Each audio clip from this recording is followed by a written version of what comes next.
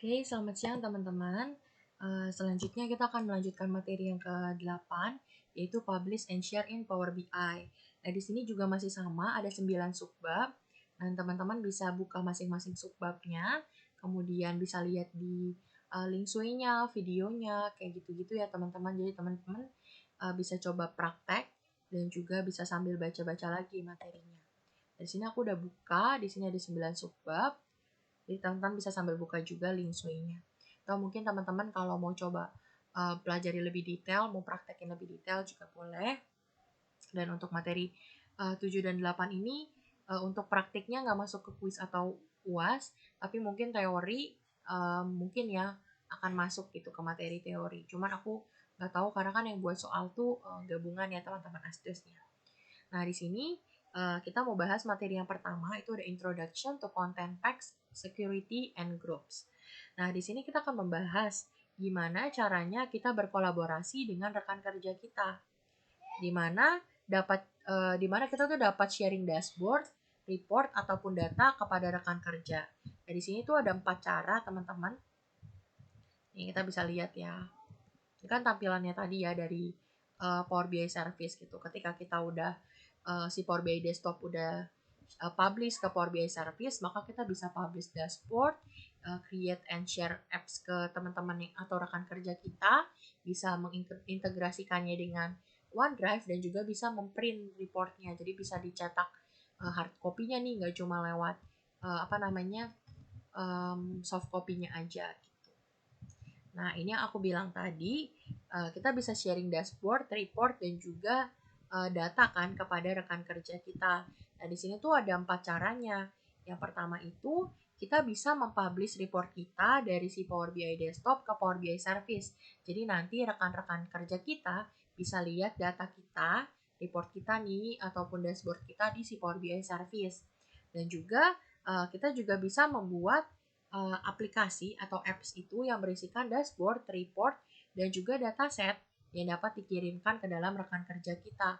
Jadi nanti kita buat apps-nya itu ada di dalamnya tuh udah terdiri dari dashboard kita, report kita, dataset kita yang kemudian bisa kita kirim kepada kolega kita ataupun kepada orang yang mungkin memiliki akses terhadap data tersebut kayak gitu. Nah, terus yang ketiga, kita juga bisa membuat grup di mana kita bisa menggunakan security model untuk mengidentifikasi akses-akses mana saja yang dapat diakses oleh orang-orang yang terdapat di dalam grup tersebut. Jadi di dalam grup itu tuh punya aksesnya nih teman-teman. Kira-kira si A tuh bisa melakukan ini, atau bisa melihat dashboard yang ini. Tapi mungkin si B tuh ada yang nggak bisa nih melihat dashboard yang ini kayak gitu. Jadi kita bisa ngatur kira-kira batasan aksesnya tuh di mana aja. Kemudian yang keempat, kita juga bisa publish ke web. Jadi setiap orang tuh bisa ngeliat gitu kan secara langsung. Kalau misalkan kita ada perubahan data atau perubahan dashboardnya kayak gitu. Nah, jadi dengan 4 cara ini kita tuh bisa melakukan sharing gitu, melakukan sharing data kepada rekan kerja kita. Tuh. Nah, selanjutnya kita mau belajar materi yang kedua. Itu kita mau belajar gimana nih caranya kita mau publish Power BI Desktop reportnya tuh ke Power BI Service kayak yang tadi. Di sini kan salah satu caranya kan yang pertama dia mau publish report Power BI Desktop ke Power BI Service gitu. Nah, mungkin kita udah pernah pelajari juga ya teman-teman waktu belajar di Power BI Desktop gimana caranya nih buat publish gitu. Nah, caranya sih masih sama ya teman-teman, jadi mungkin aku nggak bahas secara lebih detail. Jadi kalau misalkan teman-teman buka Power BI Desktop, biasanya di pojok kanan gitu kan, di pojok kanan tuh ada tulisannya publish kayak gini. Nah, teman-teman tinggal klik, terus teman-teman ditanyakan, kira-kira mau simpen gak nih? Disimpan aja ya, di save kayak gitu. Nah, nanti datanya ini gitu, reportnya ini udah ke-publish ke si Power BI Service. Jadi nanti teman-teman atau rekan kerja kalian udah bisa lihat nih report ataupun dashboard yang udah kalian buat di Power BI Desktop dan udah kalian share nih di Power BI Service. Jadi mereka bisa lihat gitu. Nah, selanjutnya kita juga mau lihat print gitu ya. Kan tadi kan salah satu caranya lagi yang lain itu bisa lihat lewat print gitu kan secara share-nya. Nah, di sini kita mau bahas mengenai print and export dashboard and report. Nah, mungkin kalau kita udah kerja kan nanti kita share datanya nggak cuma dalam bentuk soft copy ya teman-teman. Kalau misalkan lagi meeting, kita bisa aja nih nge-share datanya dalam bentuk hard copy. Jadi kita mau print dulu nih data-data yang udah kita buat di Power BI desktop gitu. Kita mau print supaya kayak member-member yang ikut meeting ini bisa lihat nih data-data yang udah kita buat atau data-data yang mau dianalisa nanti tuh hasilnya kayak gini, kayak gitu. Nah, di Power BI ini kita bisa print nih dashboard kita atau report kita. Caranya itu kita bisa ke Power BI Service. Gitu. Misalkan kita udah di Power BI Service ya. Ini kita bisa klik yang export ini di atas. Kita bisa pilih yang print this page. Jadi nanti page ini seluruhnya tuh di print. Gitu. Atau kita juga bisa klik file. Nanti ada teman-teman itu tinggal klik yang print this page juga sama. Nah, teman-teman kita juga bisa ekspor data yang kita gunakan di dashboard atau visualisasinya gitu. Kita bisa ekspor si dashboardnya ataupun visualisasinya. Jadi misalkan kita pakai data visualisasi apa, kita mau lihat nih sumber datanya tuh dari mana sih. Nah, kita bisa ngelakuin ekspor data. Nah, caranya itu teman-teman tinggal pilih visualisasinya, klik titik 3 yang ada di kanan, pilih export data, terus pilih yang export to CSV. Jadi nanti dia kayak keluar tuh sumber-sumber data dari visualisasi ini tuh yang mana aja sih, kayak gitu. Nah, kita juga bisa ngelakuin yang namanya manually republish and refresh your data gitu. Nah, jadi kan kita kadang mungkin ngelakuin perubahan-perubahan ya teman-teman, gak cuma sekali pengerjaan aja, tapi kan kadang mungkin ada perubahan-perubahan data yang harus kita perbaiki gitu kan. Kita review, kita republish. Nah, kita bisa nih melakukan republish di dalam Power BI Service. Caranya masih sama, teman-teman tinggal klik aja republish, kemudian nanti akan muncul notif gitu, teman-teman klik yang replace gitu. Nah, nanti kalau udah ada klik replace, maka hasilnya akan otomatis diperbarui teman-teman, baik reportnya, dashboardnya, ataupun yang lainnya sesuai dengan perubahan yang udah kita atur sebelumnya. Nah, selanjutnya kita mau bahas materi yang keempat. Itu ada 8.4, Introducing Power BI Mobile. Nah, mungkin pas awal-awal ya, pas pertemuan pertama yang Power BI kan kita belajar ya teman-teman. Kalau Power BI itu ada 3, Power BI Desktop, Power BI Service, dan Power BI Mobile. Nah, di mana Power BI Mobile ini kan Power BI yang bisa diakses melalui handphone nih teman-teman. Mobile apps gitu yang ada di iOS, Android, ataupun Windows device gitu. Device ya. Nah, jadi kalau misalkan di handphone, kita biasanya pakainya sih Power BI Mobile, nggak bisa yang desktop. Nah, caranya gimana sih kita mau pakai si Power BI Mobile ini? Nah, jadi kalau misalkan teman-teman download si Power BI Mobile, teman-teman bisa masuk aja akunnya, pakai akun yang teman-teman pakai di Power BI Service atau dipakai di Power BI Desktop. Nah, nanti kalau misalkan teman-teman udah masuk, itu tuh tampilannya bakalan sama kayak yang ada di Power BI Service ya, teman-teman. Tampilannya mungkin mirip kayak yang mana ya? Kayak yang ini.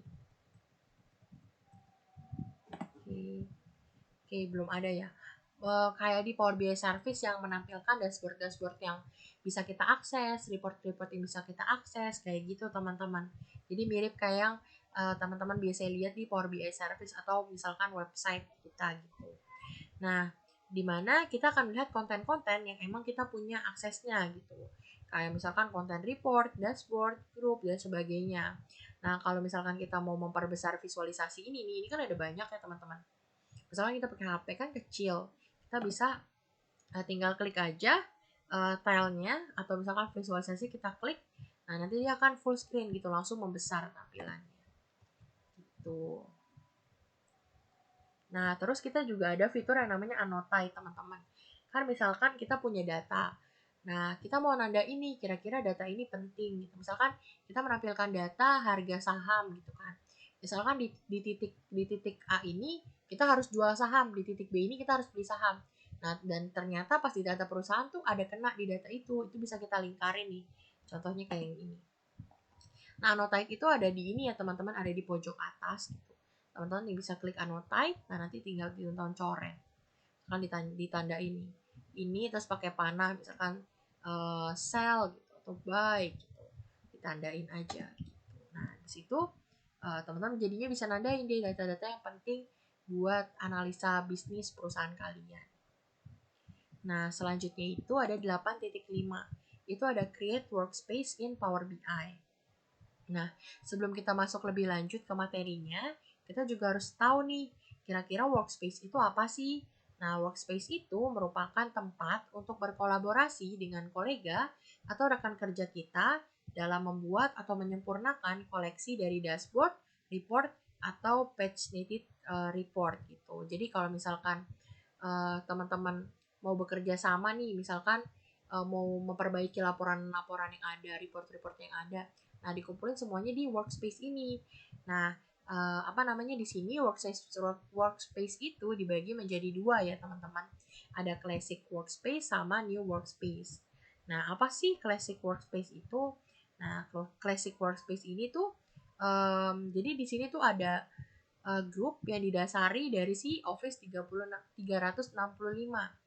Jadi kalau misalkan kita mau buat grup di Power BI, itu kita tuh harus tetap buat grup yang ada di Office 365 dulu, nggak bisa langsung gitu. Jadi dari Office 365 ini kita bisa nih memanage grupnya gitu, emailnya, kalender, dokumen, dan yang lain-lain. Nah, kalau misalkan si new workspace ini tuh kayak apa ya namanya? Dia tuh default workspace yang ada di Power BI gitu. Nah, di new workspace ini kita bisa menetapkan peran dari workspace kepada pengguna grup. Contohnya tuh kayak security group, distribution list, Office 365 group, maupun individual list gitu. Terus kita juga bisa membuat workspace di Power BI tanpa eh, tanpa dibuat di Office 365. Jadi beda sama yang klasik gitu. Terus yang ketiga itu kita bisa menggunakan peran manajemen yang lebih terperinci untuk menggunakan peran perizinan di workspace. Jadi kita bisa ngatur nih izin perizinan akses-aksesnya kalau misalkan pakai si new workspace. Terus yang keempat, admin Power BI ini juga bisa mengontrol nih siapa aja yang bisa membuat workspace di Power BI. Nah, yang pertama itu ada setting up a new workspace. Nah, di workspace setting ini, admin tuh dapat membuat workspace dan mengatur siapa saja anggota yang dapat membuat new workspace experience baru. Nah, jadi admin juga bisa membatasi pembuatan untuk anggota kelompok baru. Kayak gitu. Jadi bisa dibatasin lah ya aksesnya gitu sama si adminnya. Nah, selanjutnya itu ada setting up a classic workspace. Nah, di sini kita bisa memperbesar my workspace dengan membuat grup. Jadi kan kalau my workspace biasanya kayak gini ya teman-teman. Kayak lebih apa ya, lebih kecil gitu ruang lingkupnya. Nah, kita bisa memperbesar ruang lingkupnya dengan cara membuat grup nih teman-teman. Kayak gitu. Nah, gimana sih caranya kita membuat grup gitu? Nah, nanti kita bisa create a group. Terus kita bisa kasih nama nih nanti tampilannya kayak gini. Jadi kita bisa pilih my workspace, pilih yang create a group gitu. Nah, nanti tampilannya kayak gini. Teman-teman bisa kasih nih namanya apa, terus ID grupnya apa. Kayak misalkan mau diatur nih, mau dibikin public atau private. Kalau public berarti semua orang bisa ngeliat, kalau private cuma orang-orang yang punya akses aja nih yang bisa lihat atau member doang yang bisa lihat. Dan bisa nambahin nih anggota membernya siapa aja gitu, emailnya. Kayak gitu. Nah, terus di dalam create a group dialog box ini kita bisa menulis email address-nya tadi kan ya, security groups dan juga distribution list. Nah, kita juga bisa nambahin member-membernya kayak gitu. Jadi kayak grup beneran gitulah ya. Terus yang selanjutnya itu ada 8.6. Di sini ada build apps. Nah, di materi ini kita akan belajar bagaimana caranya membuat app. Nah, di sini kita bisa publish dulu nih konten-konten yang mau kita masukin ke apps. Kayak misalkan report, dashboard. Jadi misalkan teman-teman punya datanya di Power BI Desktop.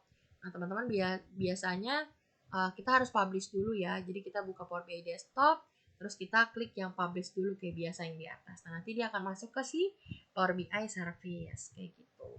Nah, nanti kalau misalkan udah, kan munculnya nanti tampilan depannya kan emang ada kayak gini ya. Cuman ini kan kalau karena udah diklik aja.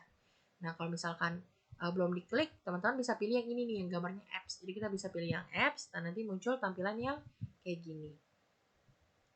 Kayak gitu. Nah, terus teman-teman bisa isi nih detailnya. Misalkan nama apps-nya mau apa? Misalkan kayak gini contohnya ada opportunities and procurement. Terus description-nya juga harus diisi ya, karena ada bintang. Itu isi aja kayak sample dataset of opportunities and procurement. Terus kayak misalkan yang lain-lainnya juga teman-teman bisa isi, mau pakai logo, ataupun mau kasih tema warnanya apa nih. Mau dikasih misalkan theme colornya pink kah, biru kah, kayak gitu. Jadi bisa disesuaikan dengan yang teman-teman mau, kayak gitu. Nah, kalau misalkan udah, teman-teman bisa ke yang navigation ya teman-teman. Nah, nanti di navigation teman-teman tuh bisa dimatiin dulu yang navigation goldernya kayak gitu. Nah, di permission ini kita juga bisa ngatur yang kayak tadi tuh teman-teman, manage permission. Kayak siapa aja nih yang bisa akses ini gitu. Yang bisa akses dashboardnya tuh siapa kayak gitu. Kalau misalkan udah diatur-atur batasan aksesnya, navigation dan juga setupnya, teman-teman tinggal klik yang publish apps kayak gini. Terus tinggal klik publish deh. Habis itu apps-nya udah kebuat. Nah, sekarang kita mau lihat penggunaan dari si apps-nya. Sebentar ya, teman-teman. Nah, penggunaan dari apps-nya ini atau use apps ini, gimana sih caranya kita bisa menggunakan apps-nya gitu kan. Nah, caranya itu kita bisa ke workspace kita, nih My Workspace yang ada di pojok biasanya teman-teman. Ada tulisannya My Workspace. Terus kita pilih nih, kira-kira grup mana yang mau kita, yang udah kita buat sebelumnya gitu, yang mau kita lihat gitu. Terus bisa kita pilih yang My Organization gitu. Nah, nanti kita bisa lihat nih data-data yang emang ada di grup kita gitu, yang emang udah ditampilin di dashboardnya organisasi itu. Kayak misalkan ada dashboard, ada report, ada dataset. Nah, ini kita bisa lihat gitu, karena kita punya akses di dalam grup itu. Ini penggunaannya. Terus kita juga bisa mengintegrasikan Power BI kita dengan OneDrive for Business kayak gitu. Jadi kita bisa menggunakan Power BI dan juga grup yang ada di Office 365 ini untuk saling berkolaborasi, dan nanti kita bisa saling sharing data melalui Microsoft OneDrive untuk yang bisnis kayak gitu. Nah, OneDrive for Business ini merupakan penyimpanan yang potensial untuk menyimpan data dari Power BI kita. Jadi di OneDrive ini kita juga bisa melihat nih data-data yang sebelumnya udah kita hapus di version history kayak gini. Jadi misalkan kita udah hapus nih data-data yang dari Will Thompson gitu kan. Nah, ini kita bisa lihat gitu, history dari penghapusan datanya. Gitu. Nah, gimana sih caranya kita mau nyambungin si Power BI Desktop ini ke OneDrive for Business? Caranya teman-teman bisa masuk aja ke akun Power BI Service, terus teman-teman klik yang Get Data. Nanti pilih yang Create New Content. Pilih datanya yang mana, gitu kan files gitu. Terus teman-teman pilih datanya mau yang mana nih. Gitu. Misalkan yang ini kan ada Fund Answers Sales Report ya. Terus kita klik aja deh Connect. Nah, nanti dia akan otomatis masuk ke dalam si OneDrive for Business gitu. Jadi tersimpanlah di dalam si OneDrive for Business-nya. Nah, selanjutnya itu ada materi yang terakhir, itu ada Publish to Web. Nah, di materi ini kita akan mempelajari bagaimana caranya men-share Power BI report ke dalam web page dan men-share juga ke dalam email. Nah, fitur ini tuh biasanya disebut sebagai publish web. Nah, gimana nih caranya kita mau publish Power BI kita ke web? Nah, caranya teman-teman tinggal pilih aja report nih yang mau teman-teman share. Terus teman-teman klik file yang ada di menu tab, biasanya ada di atas. Nah, terus teman-teman klik publish to web. Ada nggak ya di sini? Di sini nggak muncul ya. Ntar ada tulisannya publish to web ya teman-teman.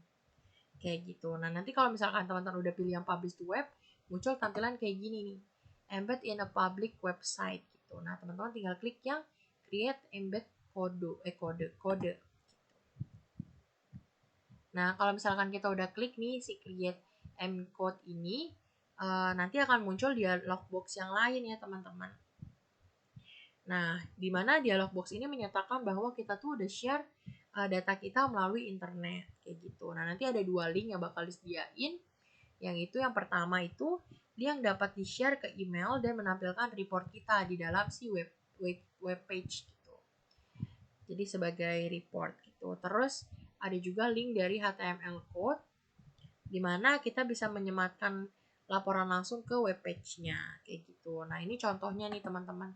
Jadi nanti kalau misalkan kita copy paste linknya di search, nanti akan muncul tampilan dari Microsoft Power BI kita atau dashboard yang udah kita share atau reportnya kayak gitu.